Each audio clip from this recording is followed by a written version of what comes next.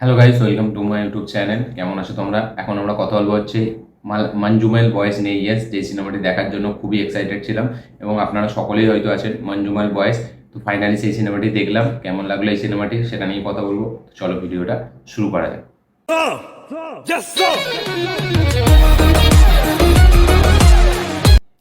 সব থেকে প্রথম, কোনো সিনেমা ঠিক আছে বক্স অফিসে বিশাল টাকা ইনকাম করলে আমাদের মনের মধ্যে মানে যারা সিনেমাটি দেখেনি ঠিক আছে তাদের সবসময় মনে হয় সিনেমাটি একদম অন্য একটা সিনেমা, একদম হেভি একটা সিনেমা হয়েছে যার জন্য এত টাকা ইনকাম করছে এবং সবার মুখে মুখে চর্চা যে কী এমন আছে সিনেমার মধ্যে।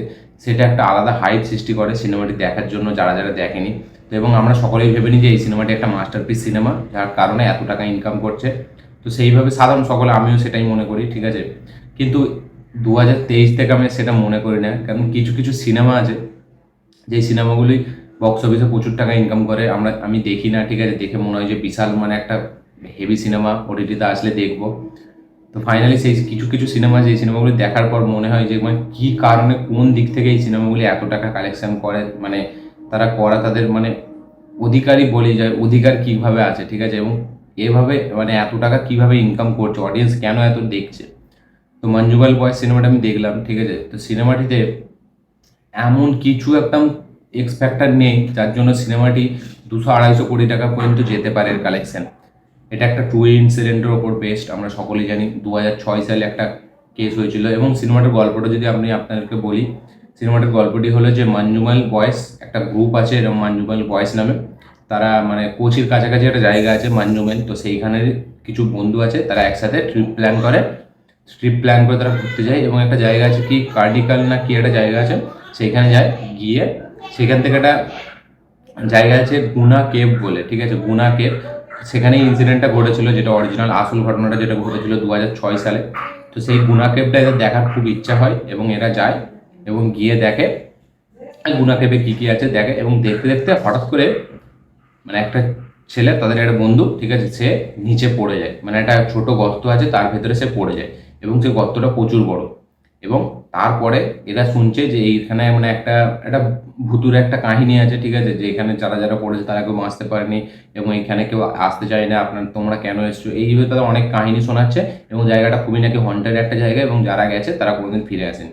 এবং তারপরে এই বন্ধুগুলো কী কী করছে, তাকে আদৌ বাঁচাতে পারছে নাকি, বা সে যে এত নিচে পড়ে গেছে ঠিক আছে, তাকে কি তারা নিয়ে ফাইনালি বাড়ি যাবে না তাকে রেখে চলে যাবে, তারা কি কি করবে এটা নিয়ে পুরো গল্পটা, এবং ফাইনালি কি তাকে বাঁচাতে পারবে নাকি, এটা হচ্ছে মেন প্লট।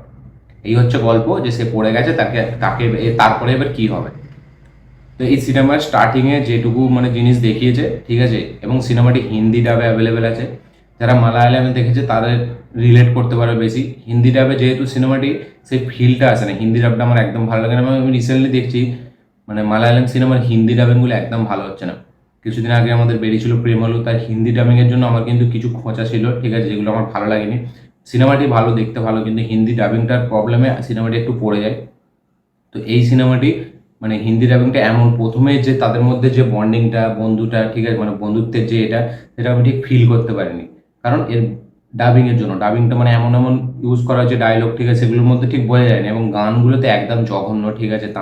মালায়ালাম ইন্ডাস্ট্রি যখন এরকম হিন্দিতে ডাব করে আনে, মালায়ালাম তামিল তেলেগু সব, তো তাদের গানগুলো জাস্ট জঘন্য হয়। তো গানগুলোতে একদমই মানে গানগুলোর মধ্যে তাদের যে বন্ডিংটা সেটা একদমই ফুটে উঠে আসেনি।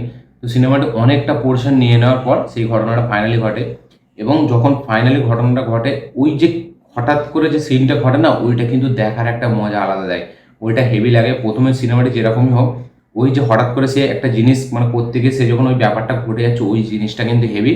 এবং ওইখানে যে মিউজিকটা ব্যবহার করা হয়েছে, মানে হঠাৎ করে মিউজিকটা অফ হয়ে গেল ঠিক আছে, অফ হয়ে হালকা হালকা শোনা যাচ্ছে, একটা বড় বড় আওয়াজ শোনা যাচ্ছে, ওইটা জাস্ট ব্যাপক লেগেছে। হেডফোনে দেখলে জাস্ট সলিড সাউন্ড ডিজাইন এই সিনেমাটা হাইলাইট। সত্যি বলছি, কিছু কিছু জায়গায় এমন এমন সাউন্ড ব্যবহার করা হয়েছে সেগুলো সত্যি দেখবার মতো, সাউন্ড ডিজাইনটা হেভি হয়েছে।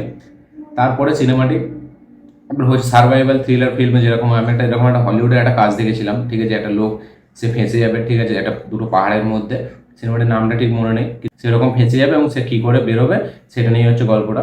এই সিনেমাটিতে এই সিনেমাটি দেখার পর সেই সিনেমাটির কিছু কথা মনে পড়ছিল, এবং তারপরে যখন পড়ে গেছে না সিনেমাটি, যে মানে একটা কিছু হাই মুভমেন্ট দেবে বা কিছু দেবে সেটা কিন্তু নেই। পুরো সিনেমাটি তারা জাস্ট গল্প করছে, কি করবে কি না করবে ঠিক আছে, সেটা কিন্তু আমি ঠিক অতটা ঠিক হেভিভাবে কানেক্ট করতে পারিনি, জানি না কেন, হয়তো মানে হিন্দি ডাবিংয়ের জন্য। ঠিক আছে, তারপরে পুলিশের যে কটা সিন আছে, পুলিশের সিনগুলো একটু ভালো, দেখে ভালো লাগছে। বাকি যে তারা প্ল্যানিং করছে, করছে, তাদের মধ্যে মানে কি বলতে, এই বন্ধুটাকে নিয়ে যে একটা এক্সট্রা যে চিন্তা ভাবনাটা বোঝা যাচ্ছে যে চিন্তা ভাবনাটা কতটা তারা একে ছাড়া যাবে না, কিন্তু তাদেরকে দেখে ঠিক যেন সেরকম ফিল হচ্ছে না। ঠিক আছে, তাদের ক্যারেক্টারগুলো বা কেন জানি না হিন্দি ডাবিংয়ের জন্য হয়তো মনে হচ্ছে। তো হিন্দি ডাবিংটার জন্য এই সিনেমার মেন এসেন্সটা আমরা হারিয়ে ফেলি। তারপরে কি কি হচ্ছে তা সেটা আনতে যাচ্ছে, ফাইনালি কি করে হচ্ছে সেটা তো আমার অতটা ভালো লাগেনি। কিন্তু তারপরে যখন ওই ছেলেটাকে দেখাচ্ছে, মেন যে পড়ে গেছে নিচে, ঠিক আছে, তাকে যখন দেখাচ্ছে, তার যে মানে মানে তাকে যেভাবে কস্টিউমে করেছে বা তার যেরকম মেকআপ, সেটা কিন্তু দুর্দান্ত। দেখার সময় তো মাঝে মাঝে তুম্বাটার কথা মনে পড়ে গেছিলো। তাকে যখন দেখাচ্ছে না, সেই সিনটা কিন্তু হেভি। এবং মাঝে মাঝে কিছু ফ্ল্যাশব্যাক সিন আসছে যেখানে তাদের বন্ধুত্বটাকে দেখাচ্ছে, সেটা কিন্তু বেশ ভালো লাগে। সেখানে যে মিউজিক ইউজ করা হয়েছে সেটা দুর্দান্ত। এবং তাকে যখন ওই দেখাচ্ছে ওই রকম সে পড়ে গেছে ওপর থেকে না, সেটা জাস্ট ভয় লেগে যাবে দেখে, হেভি লাগছে। এবং ওইখানে পড়ে যাওয়ার পর তার মাইন্ডে একটা অন্যরকম একটা চলছে। আমরা বুঝতে পারছি যে ওখানে যখন কেউ চলে যায়, ঠিক আছে, তার মাইন্ডে সবসময় একটা অন্য কিছু ঘোরে। এবং ওইটা হয়তো সেই মানুষটার সাথে কোনোদিন মানে তার মানুষের মাথার থেকে যায় না।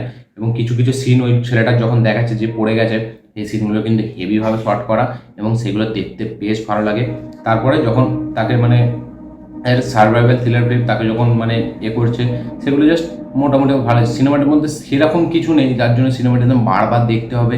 একটা সার্ভাইভাল থ্রিলার ফিল্ম আপনি কতবার দেখবেন, ঠিক আছে, একবার থেকে দুবার, তারপর তো সেই মজাটা পাবে না।